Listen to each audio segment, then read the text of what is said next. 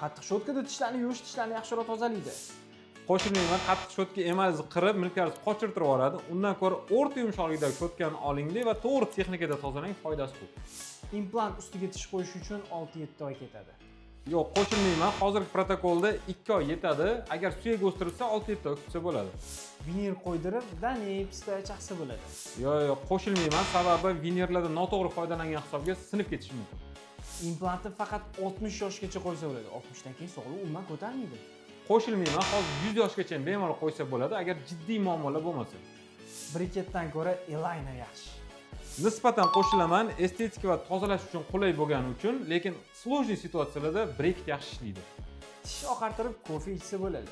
Yo'q, umuman qo'shilmayman. 2 haftagacha kofe rangli narsa ichish mumkin emas. Aql tishni oldirish kerakmi?